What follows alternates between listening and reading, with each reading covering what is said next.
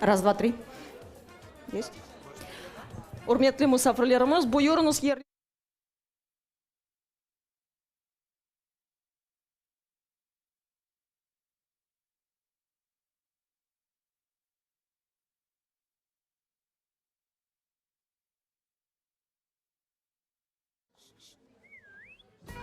Ух ты.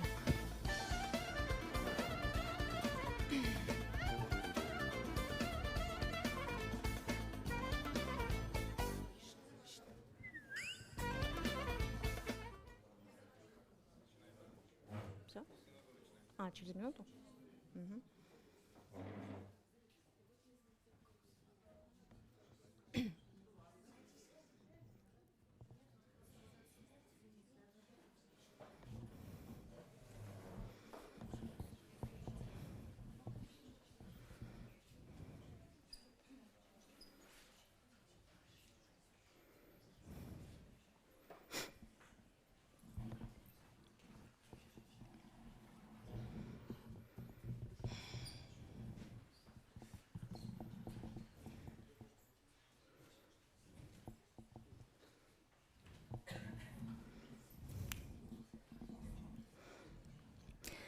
Селям алейкум, урметли мусафрлерымыз, хош сефаға келдіңіз. Бүгін біздерні генедім мусафырчи алем этно-ресторан қаршылады.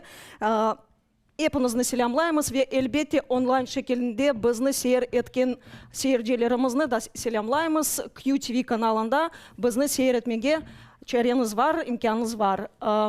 Әлбетте бүгін біздернен еле мусафыр оларақ белли, мерақылы, ақылы, дөлбер, креатив ве фаал бизнес-вумен Диляра Ханум Якубова біздернен қаршылаңыз. Диляра Ханым, çok sağolunuz bugün biznен olğanınız üçün ve şimdicik küçük bir video levha size seyretmek teklif ederiz ve ondan sonra sohbetimizni başlarız inşallah. Buyurunuz. Диляра Якубова – яркий пример современной крымско-татарской женщины. Она не один десяток лет занимается любимым делом. Культурно-этнографический центр Одун-Базар-Хапусы, одним из основателей и руководителем которого она является, стал визитной карточкой Кезлева. Это целый комплекс заведений, известный под названием «Квартал гостеприимства». А начинался он с масштабного проекта восстановления древних крепостных ворот, которые теперь являются украшением старого города. Это была самая длинная история из всего, что здесь есть вокруг. То есть ворота мы восстанавливали 4 года. Крепостные ворота – это камни конца 15 века. И сначала это были изыскательские работы при помощи археологов. Ворота в виде, может быть, веретена, и заложили вот этот алгоритм, что все нанизывается на одно целое. Одун-Базар-Хапусы – это крымско-татарская кофейня, музей, этноресторан «Дживаль» и одноименный отель. Секрет успеха Диляры Ханум в искренней любви к своим корням и своему делу, а еще стремление никогда не останавливаться. Есть такие очень хорошие слова Элеоноры Рузвельт, они звучат примерно следующим образом. Обращаясь к самому себе, используй голову. Обращаясь к людям, используй сердце. Но мне кажется, что в отличие от многих других, у нас есть один неоспоримый приоритет. И приоритетом является эта земля. Она нас подпитывает. И поэтому все, что мы не делаем здесь, мы должны делать в долгую. А если ты что-то делаешь в долгую, ты должен это делать очень поступательно, очень глубоко и очень качественно. Все, к чему прикоснулась рука Диляры Ханум, отличает внимание к деталям, современный подход и желание рассказать о богатой культуре своего народа. Поэтому ресторан и отель «Дживаль» – это не просто место, где можно вкусно поесть и с комфортом провести дни отдыха. Это красивый уголок уникального крымско-татарского мира. Это, скорее всего, знакомство с нашей культурой через вкусы, цвета и ощущения. И поэтому это меню с натуральной кожей, которое очень хочется погладить, потрогать, поразглядывать. Это блюдо наряду с теми, которых от нас ждут, с теми блюдами, которые от нас не ждут, которые не очень публичны, но никто, кроме нас, о них не расскажет. Если говорить о отеле, то это текстиль, который играет очень важную роль. Текстиль и текстуры в том числе. Это паркет, по которому можно походить босиком, и этот паркет из крымской акации. Это ткани, которые несут в себе вот тот баланс цветного и белого. Это вышивки, это килимы из натуральной шерсти, подушки, наполненные соломой, потому что у них совершенно другой внешний вид. Квартал гостеприимства далеко не единственный проект Диляры Ханум и ее команды. На их счету многочисленные благотворительные мероприятия и аукционы, выставки, фестивали, поддержка талантливых художников и дизайнеров. А в 2019 году в этнокомплексе был представлен артбук о крымско-татарских свадебных обрядах «Той Севгы Арфеса», который получил звание «Лучшая книга на первой крымско-татарской книжной ярмарке». Еще один крупный и успешный проект – «Кофе с ароматом Крыма». Сейчас бренд Харымхавеса узнаваем и любим по всему Крыму, но за этим стоит огромный кропотливый труд большой команды. 5 долгих лет, когда шли эксперименты с кофем как таковым, и когда была мечта просто начать жарить кофе для кофейни, возникла кофеобжарочная компания, позже она была названа «Каве».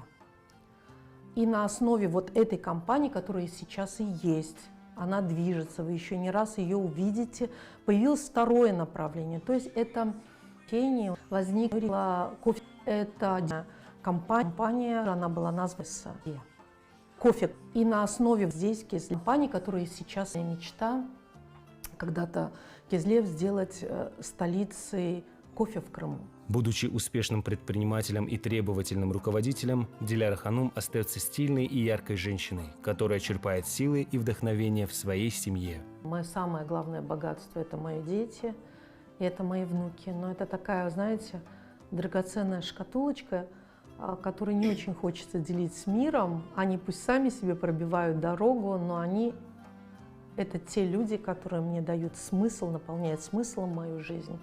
И те, кто подпитывает меня, и тем, на ком моя душа прям благодатно, радуясь, живет.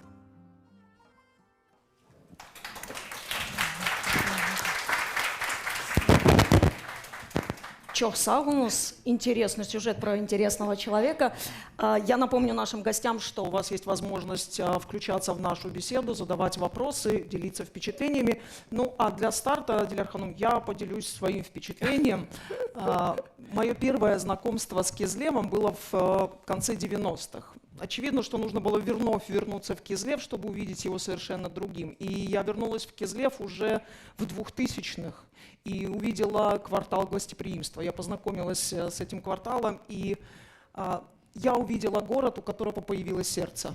Я увидела город, который задавал ритм. И это впечатление оставило большой отпечаток, так скажем, и в сердце, и на моем взгляде вообще на Кизлев. Что для вас Кизлев? Ну, прежде всего я хочу поблагодарить всех тех, кто пришел сюда. Сага у нас, откровенно говоря, это надо было заинтересоваться, встать и прийти, и это уже в нашем мире очень многого стоит, да. Сага у нас, Саба Шерфенс Хайрлолсон. Я благодарю Хараденис Продакшн, что есть возможность такая, может быть, не рассказать обо мне, а рассказывая о себе, попытаться показать, как можно строить картину миру, как эту картину мира построили мы, условно, да. И предваряя то, о чем я буду говорить, я хочу сказать, что заслуги всего, что вы увидели, команды. Сначала это были друзья и единомышленники. И это были 90-е, и никто из нас не знал, что делать, но мы были очень дружными, и годы нас не рассорили, и возможности финансовые нас не рассорили, мы остались в том составе, в каком были. И я была тем человеком, который, являясь соучредителем, примкнула, и впоследствии, наверное, если заслуги мои есть, они больше в плане творческом, в командообразующем, вот именно на этом комплексе они задавали какой-то ритм. Но если бы не было наших общих возможностей, пожалуй, и творить не получилось бы, поэтому я благодарна всем тем, с кем я прошла этот творческий путь и, надеюсь, буду двигаться дальше. Çok sağ olun. Ну, действительно, любой бизнес — это прежде всего команда, и если к бизнесу относиться не просто как к способу зарабатывания, что называется, Может, вот а сюда создавать поставить. продукт для людей, создавать особую историю для... Не хочется употреблять это слово, но для потребителя, да, для покупателя этой истории, поэтому команда действительно важна. И подбор команды, Диляр Ханум, вы подбираете эту команду по каким критериям, раз уж мы заговорили об этом? Мне кажется, как и во многом другом, если вернуться назад и вернуться вот прям в 90-е, у нас ни у кого не было опыта, и мы не строили бизнес как бизнес, а мы просто пытались каким-то образом в мире, где нас никто не знает, где мы некий экзотический фрукт, как ананас, и нас больше остерегаются, просто найти свое место под солнцем. И тогда мы выбирали людей, которых привлекали к себе, это были больше друзья, родственники. И уже гораздо позже мы пришли к выводу, что нужно строить систему. И в этой системе человек должен соответствовать вот этому месту, имея, пусть он будет родственник, не родственник, и должен иметь тот набор качеств, который подходит вот в какую-то вот эту ячейку. И я думаю, что тут сработало то, что как угодно называете там, я не знаю, Аллах наколае, судьба, провидение. На протяжении всего этого времени нам встречались или окружали нас совершенно уникальные люди, которые впоследствии стали нашими родственниками по бизнесу и стали, многие из них теперь, наверное, в возрасте моих детей. И я и так и отношусь к ним, как к своим детям, очень тепло. Вот. И они на протяжении этого времени, когда я собирала первую команду, это были студенты, они, обучаясь уже точно на работе, понимали, что и как нужно, потому что теория и практика — это две разных вещи, иногда прям кардинально разные. То есть ты в книге читаешь, и ты понимаешь, вот, а на практике получается все по-другому. И когда человек работает и черпает знания, у него вот этот баланс, скажем, теории с практикой. И поэтому сегодня, если говорить о комплексе, у нас многоплановый бизнес, но если говорить о комплексе Одун Базара, это такая очень хорошая команда, такая семейная команда. Вы знаете, мы каждый обед, когда приезжаю, садимся и обедаем вместе. Прекрасно. И все наши разговоры обо всем и ни о чем, они вот за этим обедом, хотя если заглянуть в какие-то правильные книги, там написано, что всегда между руководителем и командой должна быть дистанция. Но я считаю, что эта дистанция, наверное, должна быть, когда огромная команда, огромное количество людей, а когда это небольшая команда, объединенная единым стремлением, и когда в этой команде есть очень много новаторского, что надо додумать, придумать, командным духом создать, то тогда, наверное, мне кажется, очень важно быть вместе и рядом, очень доступным, очень близким, когда можно поделиться и радостями своими, и, может быть, в чем-то наставления какие-то дать. И поэтому это вот, наверное, самое дорогое, что есть команда. И сегодня, уже спустя годы, я понимаю, что есть три составные части в бизнесе. Это основной потенциал, там, условно, место, где строится бизнес. Потом само сооружение, в котором этот бизнес будет произрастать. И третье, не менее важное, то есть 1/3 часть — это команда, которая его будет двигать. И поэтому, вот мне кажется, многие немножечко ошибаются, думая, что деньги или красивая картинка — это все. Этого недостаточно. Недостаточно. Да, деньги, конечно, нужны, чтобы стартануть. И красивая картинка нужна, ибо она привлекает тех, кто приходит. Но ничуть не меньшую роль играет та команда, которая формирует тех людей, которые являются твоими глазами, твоими руками, твоим голосом. И тут очень важно, чтобы каждый, кто выходил к гостям, это был человек, если это девочка, она была бы условной хозяйкой, а если бы это был парень, он был бы условным хозяином, и тогда получается продукт конечный, получается качественным и важным. Каждый должен в этой философии бизнеса, каждый должен сыграть свой миф, условно говоря. Да? Диляр Ханым, давайте вернемся к Кизлеву. Почему? Потому что Кизлев для вас это прежде всего город предков. И когда ты живешь и работаешь в этом городе, это всегда особое отношение и к городу, и к тому, что ты делаешь. Расскажите об этом чуть подробнее. Как возникал ваш проект? Я не хочу называть это бизнес-проектом, потому что это больше, чем бизнес. И вы не продаете продукт, вы продаете историю, что называется. Да, вы предлагаете даже эту историю. Как возник проект Одун Базар Хапусы и почему это стало кварталом гостеприимства в конечном итоге?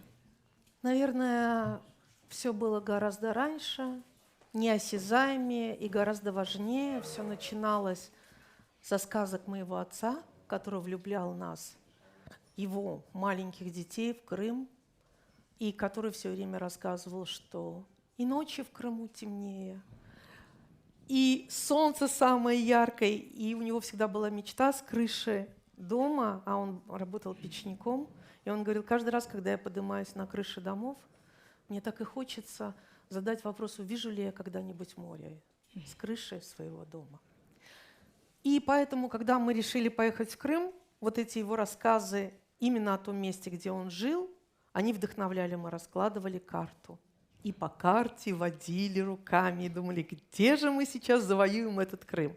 И, конечно, в этих завоеваниях там были зеленые зоны, где были леса, поскольку в Средней Азии лес – это вовсе и редкая вещь, и казалось, у леса или у моря.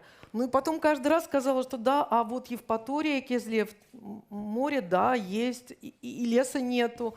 Но была вот эта легенда и вот эта любовь к этим местам. И когда мы поехали, то мы решили, что мы попытаемся поискать что-то именно вот в этом районе. Потому что как-то мысленно хотелось, чтобы отец, а папа приехал чуть раньше, а потом уже остановился в Керчи, и мы поехали в эту сторону, чтобы он, наверное, бы гордился тем, что мы остановились там, откуда он родом.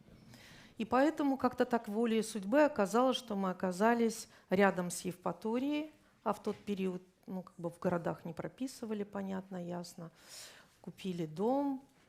И когда начали делать бизнес в городе, который оказался прям очень близко к нам, в 10 километрах, вот эта любовь, последствия, она получила свое продолжение, воплощение и возможность донести этому миру, помимо того, что мы крымские татары и мы продукт этой земли, что эта часть Крыма совершенно уникальная, и можно разглядеть ее особенности, и что каждый регион Крыма – это некая мозаика, которая, соединяясь воедино, дает вот эту картину. Никогда не было стремления попасть на южный берег Крыма, это было нереально с одной стороны, это было незнакомо по рассказам с другой стороны, и я благодарна той судьбе, которая привела нас туда, где мы стали успешным. У евреев есть такое понятие географическая карма. Видимо, наша географическая карма именно была из этих мест, и я очень этому рада и очень горжусь этим. Вы прочно связаны с Кизлевом. Одун Базар Хапусы и вообще этот проект, мне кажется, это точно сердце Кизлева. И как он возник, Диляр Ханым? Все-таки эти ворота, которые встречают посетителей, ворота, которые встречают гостей города, и они точно определяют настроение. Это тоже были совершенно случайные вещи. Случайность состояла в том, что это была малопроходимая часть города, где взять землю под бизнес никто не стремился, и в этой дороге, в беготне вот к этой части города конкурентов особо не было. Потому что не каждая птица долетала до середины нынешнего квартала гостеприимства. И вот нам дали это место и сказали, слушайте, когда-то здесь были ворота ваши, хотите, восстановите. И мы в перечне, кому предлагали, были 7-ми. Во-первых, никто не думал и не рассчитывал, что история может быть ключом к зарабатыванию денег. Это было что-то. История отдельно, культура отдельно, бизнес отдельно, коммерция отдельно. И никто не соединял вот эти качества. У нас уже тогда был бизнес, у нас были уже тогда возможности. И нам дали эту часть города, но мы поставили условие, что мы возьмемся при условии, если вы не будете нам давать готовые проекты. Они говорят, ну вот восстановите, ворота здесь когда-то были. И мы сказали, если вы не... И проект, который нам лег на руки, который сказали, ну вот так, например. В этом проекте был бетон и был судакский камень. И понятно, что географически, если упираться в историю и углубляться корнями в историю, довести камень из Судака, как и дерево из Судака, было гораздо дороже, чем привезти их на галерах из Турции. И эта часть Крыма, она никоим образом не могла иметь эти камни. Нам сказали, ну хотите делайте, как хотите, так и делайте. И когда там вот как бы у нас была большая фирма, и я когда к этому примкнула, мне казалось, что ворота — это некая такая горизонталь, в которых есть ворота. И мы начали поиски, пригласив к себе археолога Приднева Сергея Викторовича. Он немного старше меня, но человек, который настолько влюблен в эту землю, и который научил нас не только любить эту землю, как землю своих предков, он попытался привить к нам любовь к знаниям об этой земле. Мы думаем, как-то же надо эти ворота восстанавливать. Вот есть человек, который знает. И мы начали археологические изыскания. Поскольку он был археолог и был спец в этом деле, то мы сняли пласт земли, где сейчас стоят ворота Оденбазара, взяли прям тома и тома бумаг, потому что оттуда проходил газ, электричество, свет, телефон, вода. И мы, практически говоря, это большей частью мой брат, он занимался строительством, сняли пласт земли и нашли фундамент этих ворот, относящийся к периоду 1500 годам где-то, к 1549 70-е, то есть нам там к концу 16 века, к началу 17-го, так скажем. И нашли остов ворот, и нашли абсолютный фундамент этих ворот, перенесли все коммуникации, и 3 долгих года собирали камни. Понятно стало, мы нашли аэросъемки, мы нашли фотографии, как ворота разрушали. Это было не так давно, в 1959 году. И последние фотографии у этих ворот. А ворота примыкали к хлебзаводу. И чтобы более беспрепятственно проходили машины, вот это вот старое строение решили убрать, потому что что оно здесь стоит, там, создает проблемы. Там, один за другим подъезжают машины, а тут вот через эти развалины. И, наверное, не было тех людей, которые бы сказали, не трогайте это, потому что здесь сидел мой отец у этой стены, здесь бегали мои дети, здесь были эти лавки. Было такое общее безвременье, когда вот на эти вещи не обращали внимания, даже не злонамеренно, просто не обращали внимания. Оно не было ценностью. И ворота были снесены в 1959 году, сохранив свою северную стену. К северной стене тогда примкнуло здание, в котором и расположился хлебзавод, и благодаря этому сохранились камни вот этого конца 15 века, которые позже, сняв культурный слой, мы нашли. Мы сделали биохимический анализ этих камней, которые подтвердили их временную принадлежность именно к этому периоду. А позже мы заклеивали такие, знаете, стеклянные плашечки, чтобы понять, не разрушается ли эта стена. Почему? Потому что за ними находился хлебзавод, а там, известно, вот эти тестомешальные машины, которые вот постоянно сотрясают это здание. И мы очень боялись, что вот эти камни исторические могут сдвинуться с места. Но в общем, в целом оказалось, что стена достаточно прочная, она имеет 2 боковые арки, в которые в свое время выставлялись пушки, простреливая под стенок, ибо это была стена, откуда вправо и лево, как 2 крыла, уходили 2 крепостные стены, которые опоясывали город-крепость и которые были в определенный период до 8 метров в высоту. И то есть мы нашли фундамент абсолютнейший, мы нашли боковую стену, мы нашли эти камни, мы вычистили, мы нашли камни, которые были подвержены огню. И есть изучения химические, как камень реагирует на то, когда он горит. Эти ворота горели в 1666 году, это был известный пожар.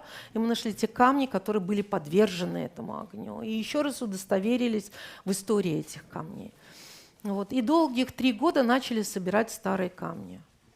Почему старые? Потому что у них другой формат, у них другая конфигурация, у них другой размер. Может быть, кто-то из старшего поколения слышал название колосники. Это огромные камни такие, они в 70 сантиметров в ширину. Их выпиливали какими-то особыми пилами. И так было проще не лепить камень камня, а вот такие огромные камни брать. Вот. Мы и начали искать в ближайших селах. По нашей религии нельзя было брать камни, понятно, как по всем религиям, в отхожих местах, в туалетах. Нельзя их было брать с мезарлыхов, с кладбищ. Но их еще и нельзя было, оказывается, брать с разрушенных мельниц. Почему? Потому что мельница должна работать всегда, хлеб в доме должен быть всегда. И ты по нашей религии не должен разрушать то, что дает хлеб тебе или кому-либо. И вот, избегнув вот эти вот все вышеперечисленные вещи, стали искать камни старые, свозить их в одну кучу. Нашли какой-то заброшенный карьер. Недалеко от Кезлева есть такое селение, Ташке называется. И вы понимаете, что слово Ташке от слова Таш, где добывали камни, где пласт земли очень тонкий, больше камни. Выпилили оттуда. Это когда-то пытались мы, когда было с камнем очень тяжело найти, как подешевле построить дом, и нашли эти камни. Эти камни были несуразные, огромные, они свалились в кучу. И позже, когда мы стали восстанавливать ворота, именно эти камни стали тем ценным потенциалом, из которых выпиливались вот эти пояса арки. Одун базар Хапаса имеет еще второе название, оно называется Кемер Хапаса. Пояса арки, как и город Кемер в Турции, означает то же самое. И эти арки, они держатся не за счет штукатурки, не за счет цемента, они держатся за счет своей конфигурации. И мы начали восстанавливать эти ворота из старых камней, которые собрали отовсюду. И когда дошли до этих кемеров, получилось, что вот этих вот пил, индивидуальная пила, которая рассчитана на то, чтобы пилить камень, есть, оказывается, в историческом, в краеведческом музее в Патарейском. По счастливой случайности директор этого музея оказалась супругой Приднева Сергея Викторовича, археолога, влюбленного в эту землю, и нам дали эту пилу. Но затем была другая проблема. Оказывается, никто в 21 веке, в 22-м тем более, не готов пилить камень, и это очень сложно. И когда мы поняли, что строителей найти, которые пилит камень, сложно, то мы начинали, каждое подразделение своей фирмы, там по 1-2 дня пилить этот камень. И таким образом эти камни, кемеры, были выпилены, встроены в эту арку, и ворота за 3 года были воссозданы из старых камней, сохранив свою северную часть, вот эти камни. Строили мы ворота, сдвинувшись на 70 сантиметров от их остова. Почему? Потому что нам хотелось показать боковой свод стены, который был стенами крепостными, которые не сохранились в Кезлеве. А нам очень важно было показать, как они были собраны. И мы сдвинулись, показав вот этот край этой стены. Когда мы собрали это крепостное здание, оно где-то 12 на 12 метров на 3 уровнях, оно было достаточно высоким по археологическим съемкам, где-то до 17 метров в высоту, мы понимали, что это некий куб. И этот некий куб должен иметь начинку. И тут тоже, наверное, сыграла роль то, что как будто кто-то взял нас за руку и вел. Как будто мы вовсе это и не придумывали.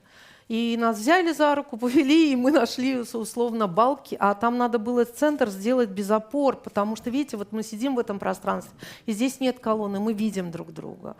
А там, такой без опор сложно какие-то плиты поставить. И мы нашли плиты, которые имели 12-метровый разлет, и нам конструкторы сказали, что все окей, они все здорово выдержат, но потом они сказали, что нет, наверное, большой, вот там 500 килограмм на квадратный метр. Мы подумали, что мы не можем делать что-то, рассчитывая на такое количество, и мы сделали периметр, и у нас на 2-м этаже оказался огромный зал, не огромный, теперь уже кажется совсем не огромный зал, у которого была середина, куда надо было что-то придумать. И идея макета, она пошла отсюда. У нас было место, где мы должны были что-то сделать. И мы поняли, что самое важное, что мы можем сделать здесь, мы можем показать свою историю.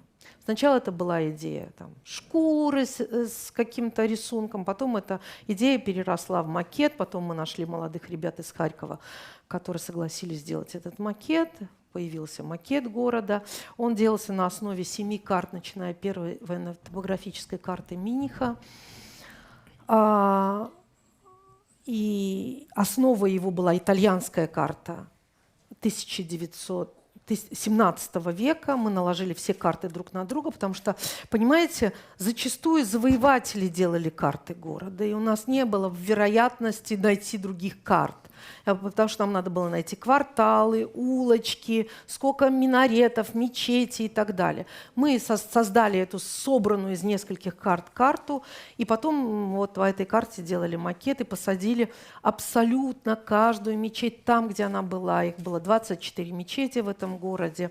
И одна из этих мечетей была очень близко, когда ты поднимаешься по лесенке, а поскольку как бы очень многие вначале воспринимали это как такой экзотический городок для детей, то детки, приходя к нам, обязательно минарет ломали. Мы из раза в раз приклеивали, но мы не сдвинули эту мечеть ни на 1 сантиметр, мы оставили его именно там, где он был. Потом появилась идея там подсветить его. 5 лет пробыл макет, потом все, что мы заработали, мы отдали для того, чтобы сделать некий апгрейд, сделать более деликатный свет, сделать анимацию на стенах, пустить песочную анимацию. Очень повезло, что Лиля приехала к нам, прочла свои стихи. Чем пахнет Родина, и они стали тем ценным, что затрагивало душу, и мы видели очень многих людей, которые, уходили со слезами, потому что что-то у каждого было связано со своей, возможно, родиной. Но что-то трогало. То есть мы совершенно не подозревая нажимали на такие очень чувствительные какие-то клапаны души и получали отзыв, и людям это стало интересно. Итак, макет зажил. На 2-м этаже образовалась кофейня. Тоже был тому определенный смысл. И позже строился, примерно в то же время мы совпали в единую струю, когда город стал заниматься тем, чтобы из курортного стать туристическим. И пошла такая вот абсолютная осознанная канва, по которому давайте из Евпатории сделаем туристический город. И это очень сильно изменило город. Это очень сильно изменило. И мы оказались в начале пути, куда и выстроился позднее этот город. Он выстроился вот в этом направлении, а вот здесь вот где-то, наверное, я сейчас не вижу, но увижу, да, вот. Позднее он выстроился в этом направлении, и по итогам 2012 года город занял европейскую награду. Она была вручена нашему городу в Барселоне как наиболее активно развивающийся курортный город Европы. И нам, как прям тем, кто стоял у истоков, просто кусочек этой премии подарили мне лично, и вот я хочу вам показать, и это было на европейском уровне. Мне кажется, это уникальный опыт, Диляра Ханом, когда город не отверг его глубинную и далекую историю, а наоборот воспользовался ею, презентовал ее. Да? Да. Мне кажется, и если бы вы не... Ну, это очень символично, что ваш проект начинался с камней. Да? Вот время есть такая аллегория, да, что пришло время собирать камни, и эти камни, в которые никто никогда не вкладывает, стали не просто сердцем, но еще и стали достаточно успешным и философским, и историческим, и таким активным проектом, живущим проектом. Про музей. Ну, кто бывал в музее, наверное, отметит его душевность. То есть это не просто, это не стандартный музей с экспонатами. Это действительно, как вы и сказали, вы затронули какие-то важные ноты и струны каждой человеческой души, и каждый находит какую-то свою частичку там. Сейчас я знаю точно, что музей ожидает его новое прочтение. Я знаю точно, что он ждет свое новое открытие, новое прочтение. Можно немножечко приоткрыть занавес, раскрыть секрет, что ждет ваших гостей? Вы знаете, наверное, вот мы когда думаем о людях, или мне так раньше казалось, мы из Советского Союза, казалось, что людям очень важно приехать, искупаться, полежать у моря и поесть каких-то вкусностей южных и уехать. И мы думаем о людях хуже, чем они есть на самом деле. Целый период был, когда люди могли видеть мир. Некоторые из них, ездя в какие-то страны, кто-то, смотря какие-то целые кучи тревел-путешествий, и люди гораздо глубже. И когда мы восстанавливали ворота, мы делали все очень по-настоящему.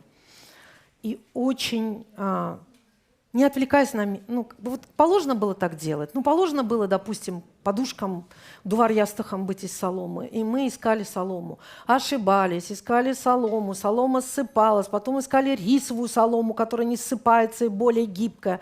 Потом квасили солому в стены. Потом она давала желтый цвет. Потом меняли воду. Потом использовали эту солому как архитектурный прием. И оказалось, что людям интересно то, чем мы отличаемся от мира, а не то, чем мы совпадаем с этим миром. И, может быть, поэтому этот музей с тем, каким этот город был многие годы тому назад, стал интересен многим. Во-первых, настоящие камни. Во-вторых, настоящая аутентичная какая-то архитектура. И все это оказалось очень необычным. Плюс город был этому очень рад, потому что эта необычность, вплетаясь в канву, в ту часть города, где сегодня находится 7 храмов различных конфессий, и я не устаю говорить о том, что Крым может гордиться тем, что на его территории никогда не было межконфессиональных войн. И что мечеть, построенная в 1522 году, соседствует с церковью Святого Николая, построена уже в 1899 году. В городе, где 90% жили мусульмане, крымские татары, и эта мечеть была построена. Ей было позволено тогда быть построенным в силу многих причин. И караимские киноса – уникальный народ, их киноса – молебный дом, и Свято-Ильинский собор, и армянская церковь. Вы знаете, что армяне вообще в Крыму имеют очень длинную историю, и каждая церковь армянская обязательно должна иметь другой хачкар, другой хач, мы все прекрасно знаем это слово, другой крест, который отличает его от другой церкви. И вот церковь Святого Никогайса в Евпатории, она точная копия той церкви, где венчался и отпевался знаменитый Айвазовский, не углубляясь в его историю, но все-таки человек, который создал картины. Вот. И у нас сегодня день такой. Ничего страшного. У нас сегодня день такой, знаете, он начался с того, что пиджак, в котором я должна была здесь быть, был покрашен краской. У нас есть очень хорошая награда Hospitality Awards. Я ее получила в Лотте Плаза, и из 11 тысяч отелей мы стали лучшими в своем направлении. И мне подарили, и нам подарили именной абсолютный такая награда и приз, в котором есть старинное дерево, и есть такое надвершие, которое делали богемии, и в котором лист такой, в котором фольгированное золото. Вот он грохнулся, золото разбилось, но, видимо, и такие... Но награда и память осталась, поэтому это достойно. И поэтому это все, наверное, должно было быть. И я к этому отношусь очень философски. Вот эта тарелка, где написано «Дживали», это тарелка Рустема Скибина. Он ее с этим названием, мы ему закажем, он нам непременно передаст следующую. Быть новой тарелке, Да. быть новому Дживалю, быть новому музею. Вот. И немножко... У всего есть ресурс, даже у человека есть ресурсы, мы все это знаем. Конечно. Путь у нас у всех там определенным образом. Вот, и говоря о том, что музей расположился в этих воротах, и что мы его через 5 лет поменяли, мы приступили к тому, что вот технический ресурс, который был в музее, он, конечно, был исчерпан. И этот технический ресурс, это была подсветка, это был звук, это была кинопроектор, который на стены пускал рисунок, анимацию песком. И мы подумали, что раз это уже произошло, и раз мы будем менять, а почему бы нам не менять внутреннее содержание этого проекта? И отсюда пошли и долгая дорога, 2 года мы этим занимаемся. Она оказалась гораздо дольше, чем я предполагала, но и опять-таки, наверное, 2 года, это, как я говорю, слоны, 2 года вынашивают детей, видимо, мы в определенной степени ближе к слонам, а не к людям. Ну, то есть 2 года делали мы книгу, и 2 года вот этот проект пытается, модернизируясь, переделаться. И мы сделали сейчас уже 4 кинопроектора, 3 из которых будет смотреть на 3 стены, 1 будет смотреть на сам макет, и в какой-то момент из погруженной во тьму макета вы будете видеть, как по пласту земли под городом растекается вода, из нее расцветают цветы, потому что вода – это жизнь. И чтобы вот эти элементы получить, нам надо было очень много подумать и сделать сценарий, и сценарий пошел очень наслоисто, сложно. Первый сценарий нам делал Алекса Гайворонский, и я ему тогда говорила: вы знаете, нам нужно сделать атмосферу между классическим музеем и атмосферным, нам нужна атмосфера. Но поскольку он человек больше историк, он написал нам вот эту историческую канву, и мы поняли, что мы должны упростить. Потом мы обратились к Леноре, она тоже приложила свои умения и знания, и из этих знаний возникло то, что у каждой истории должен быть герой. И что весь мир имеет тренды, когда историю рассказывают от первого лица. И тогда она гораздо мягче принимается, когда у этой истории есть герой, который рассказывает свою жизнь. И какие-то моменты, какие-то словосочетания мы взяли у Леноры. И я поняла еще одну вещь, что сложный текст гораздо сложнее сделать простым, чем простой сложным. И что сложные люди пишут сложные тексты, но они этот текст, переделанный дважды, он нас обогатил, он дал нам вот ту направленность, которую мы потом приняли и задали третий сценарий, его нам делала Эвелина Асанова. И вы знаете, когда мы делали этот сценарий, я поняла, что все творческие люди по-другому скроены. Они настолько разные, творческие физики и лирики, как мужчина и женщина. Настолько у них разные алгоритмы движений и фибр души, что очень сложно соединить, и поэтому здорово, когда есть люди, которые соединяют то и другое. И мы, когда Эвелине сказали, она сказала: ой, а я не знаю, я вот вашу степь не знаю. И мы с братом просто повезли ее в степь. Мы поехали далеко-далеко в степь, и мой брат показал нам совершенно для меня уникальную вещь, как в степи образуется русло рек.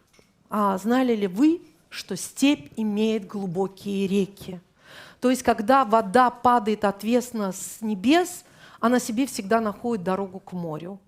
Но она прокладывает глубокие расщелины, которые устремляются к морю, и когда идет большой дождь, вся вода, стекаясь по этому руслу, устремляется в море. Мы поехали к этим сухим рекам, и спустившись на одной реке, я вот так высоко, как на холм, смотрела на ее берега.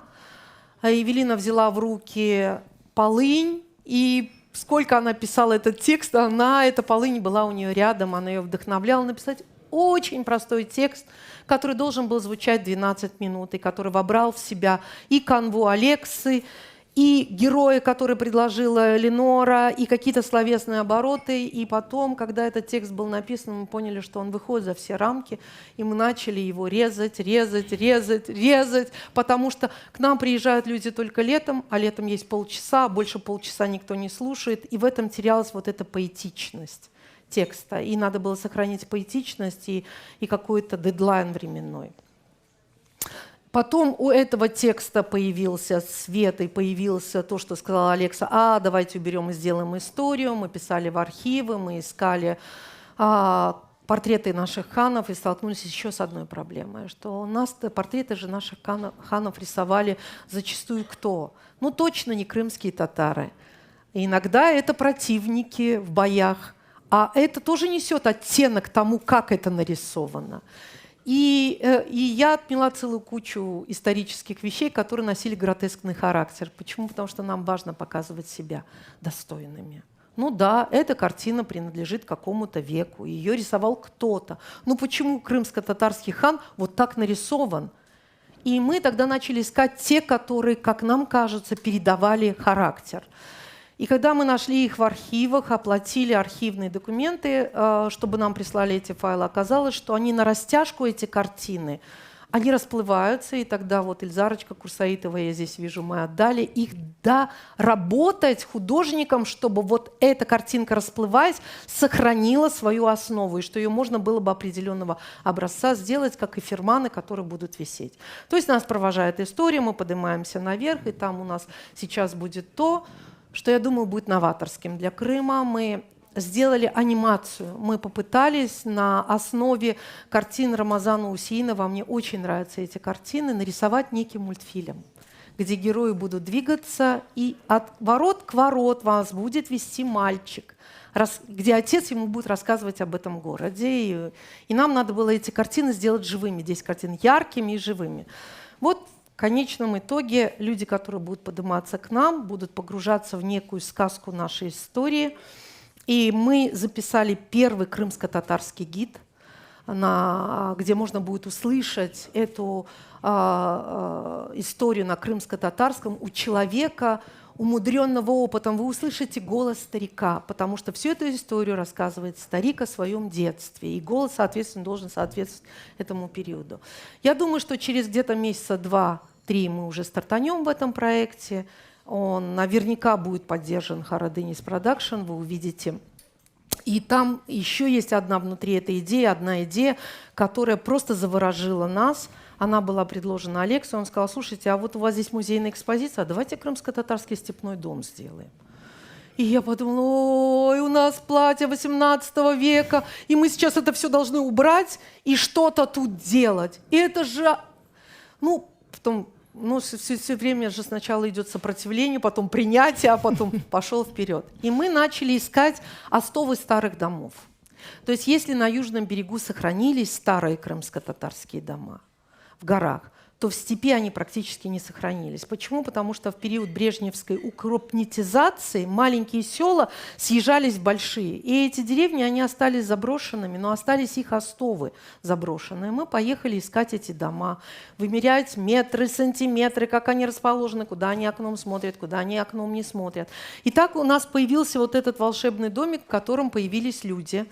Мы сделали степной дом крымских татар в пропорции 1:3:25, то есть он в 3,5 раза меньше натурального дома. И большая команда, которая собралась, она начала там костюмы рисовать, шить, Халиде рисовала, а потом шились эти костюмы, одевались на этих куколок, вышивались FGR, из меди делалась посуда, Ильдарчик там делал какие-то керамические вещи.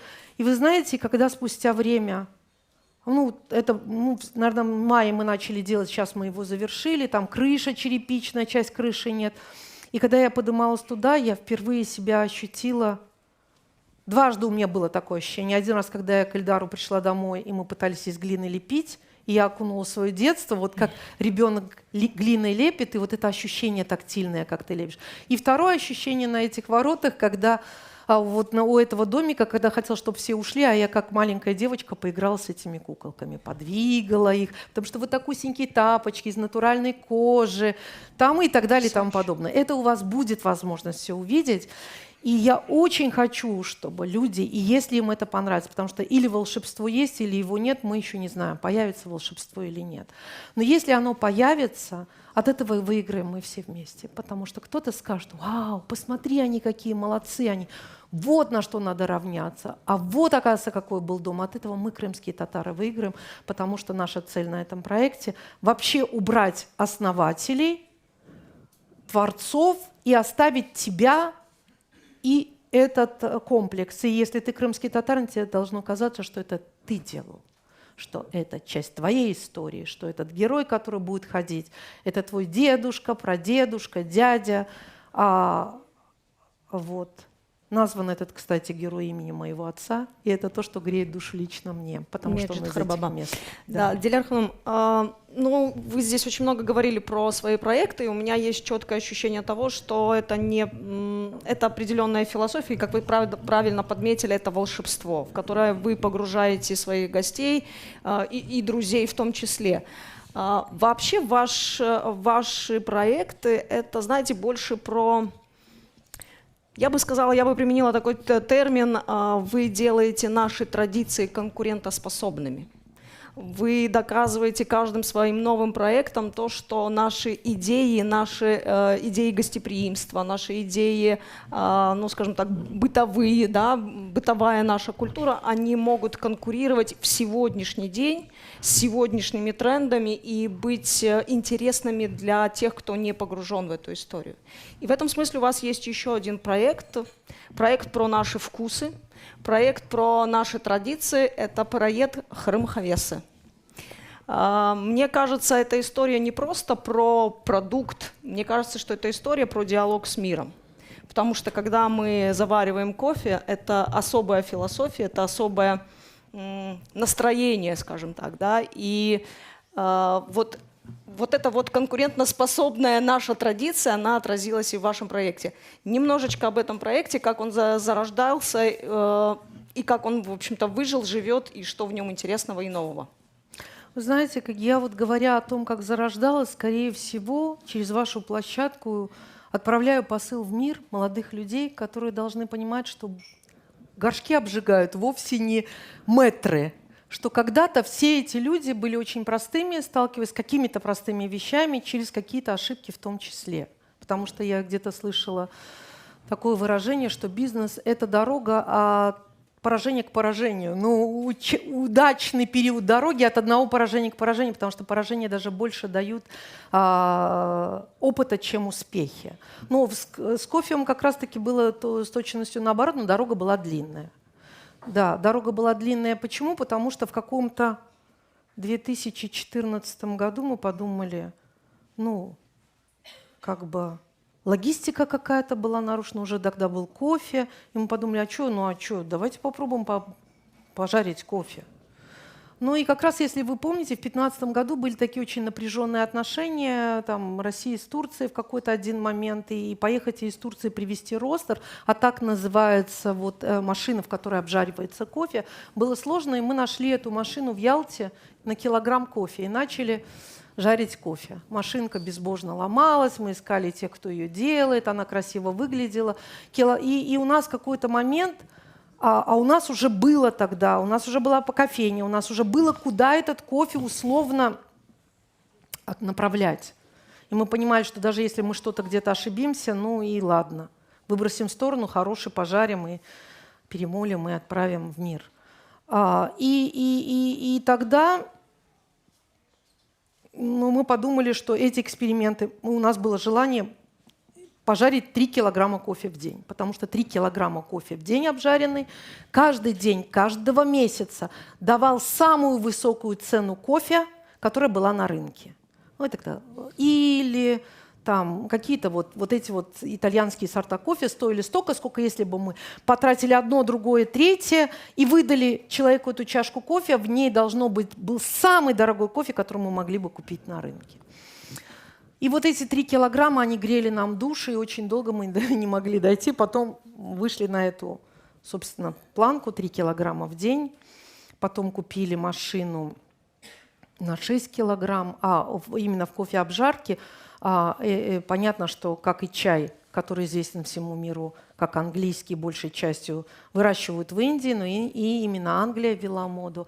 А говоря о кофе, кофе собирают условно в странах очень далеких от современных реалий, но обжаривают его в очень высокоразвитых странах. И очень долгое время эту марку первенства держала Италия. Вот, и мы себе поставили такой уровень внутренний. Мы должны жарить как лавация. Ну, у нас кофе должен быть по вкусу ближе к лавации. Почему? Потому что мой опыт, где я много раз была в Турции, привел меня к тому, что турецкий кофе мне не нравится. Он мне не нравится, он мне не кажется хорошим. Судя по всему, он никому. Он очень своеобразный, он, наверное, очень уже как часть культуры принят. Ну, во-первых, Турция не кофейная культура. Во-вторых, мне все время в нем кажется такой привкус некого пыли какой-то. Да? Ну, а вот итальянский кофе, сколько я раз была в Италии, мне казалось, вот итальянцы, вау, класс. Вот итальянский кофе классно. Вот. Ну, и это была другая команда. Я уже позднее к нему имею отношение по многим другим причинам, но обжаривать стали, ну, понятно, собрав какую-то команду. И этот кофе мы очень долго жарили и пытались в какой-то момент думать, да, мы же такие вообще молодцы.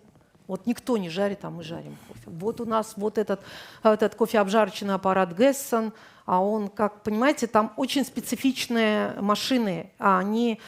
И самые лучшие по кофеобжарке – это немцы. А немцы – это машинка, которая стоит от 50 до 100 тысяч евро. То есть, и вот это вот наша теза о том, что моя бабушка жарила кофе на сковороде, он был особенным, она в пыль рассыпалась, когда мы стали узнавать о кофе, потому что первое раскрытие свой кофе дает при 160 градусах, а второе при 230. И эту температуру невозможно сделать на сковороде.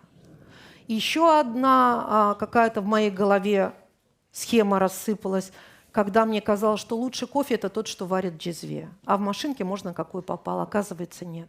Еще больше нужно искусство, чтобы пожарить тот кофе, который потом идет через кофемашину. И у них разные способы обжарки и всякое прочее в том числе. И вот долго-долго мы жарили, мы создали фирму «Каве». И жарили, я помню, как бы одним из наших, ну, у нас много банкетных залов, и мы принесли в один из банкетных залов.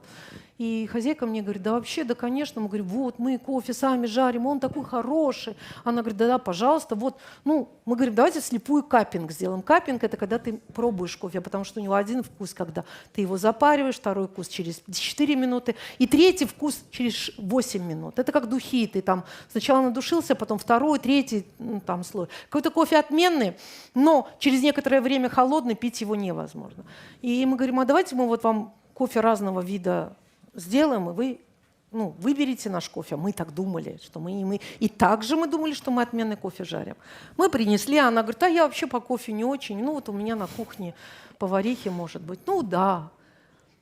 Сделали этот кофе, и все дружно выбрали кофе Леба. И все выбрали дружно кофе Леба, даже не подозревая, что никаких комплиментов нам не сделали, и наш кофе совсем не Леба. Почему? Потому что привычка. Это очень много. А почему такая привычка? Она просто часть нашей истории, это привычка. Первая часть привычки заключается в том, что в период НЭПа мы потеряли вот эту любовь, мы потеряли настоящий кофе. Кофе всегда был в Крыму, все караванные пути проносили кофе. Поэтому бырфыльджан хаве или филиджанка кавы, которая там во Львове, это одно и то же. Почему? Потому что когда кофе уже переставал, для нас, для татар, кофе это был ритуал гостеприимства и чувство собственного достоинства. Вот ты пришел ко мне, мой кофе, вот он. Самый дорогой я отдам тебе, да, когда не было кофе, добавляли ногат, пережаривали с бобами, потом цикори. И вот в эти временные рамки мы потеряли, каким должен быть настоящий кофе. Мне брат говорит: Диляр, ну надо учить людей понимать. Я говорю: что теперь мне Курултай созвать по кофе? Он мне говорит: ну надо научить людей снова пить хороший кофе. Но ты понимаешь, но мы не должны. И плюс к этому еще добавилось то, что у нас есть особые смыслы. Мы когда идем в гости, мы берем обязательно печеное кофе. И весь этот джентльменский набор в разы удорожается, когда ты берешь дорогой кофе, а привычку сохранить, идти в гости с чем-то, она тоже важна. И мы столкнулись вот с этими моментами, что как мы сами ничего не знали о кофе, хотя там хаве, хаших, хаверенко, все это понятно, это говорит об истории кофе.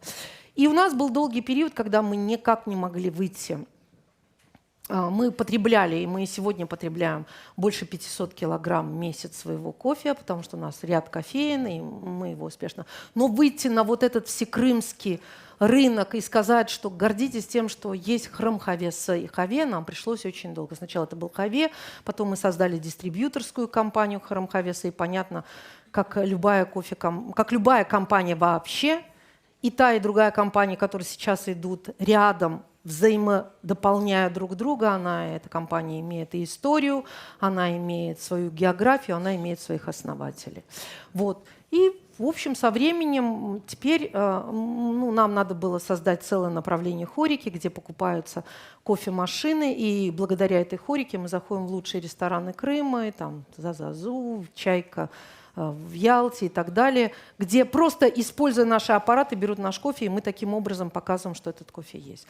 Вот, и я думаю, что это тоже заслуга наша, должна восприниматься как наша общая заслуга, что у нас есть бренд храм-хавеса и бренд хаве, и мы можем, и уезжая куда-то, как многие говорят, из Саглана, свести этот кофе под названием крымский кофе. У нас была еще попытка сделать сувенирную продукцию дегрмен и кофе, и мы перелопатили целую огромную кучу возможностей, как сделать дегрмен дешевым, чтобы как сувенир его с пачкой кофе могли взять и понимали, что это может быть керамические жернова и что это Китай. Ну, в общем, в этом мы до конца не дошли, но я думаю, что когда-то мы дойдем.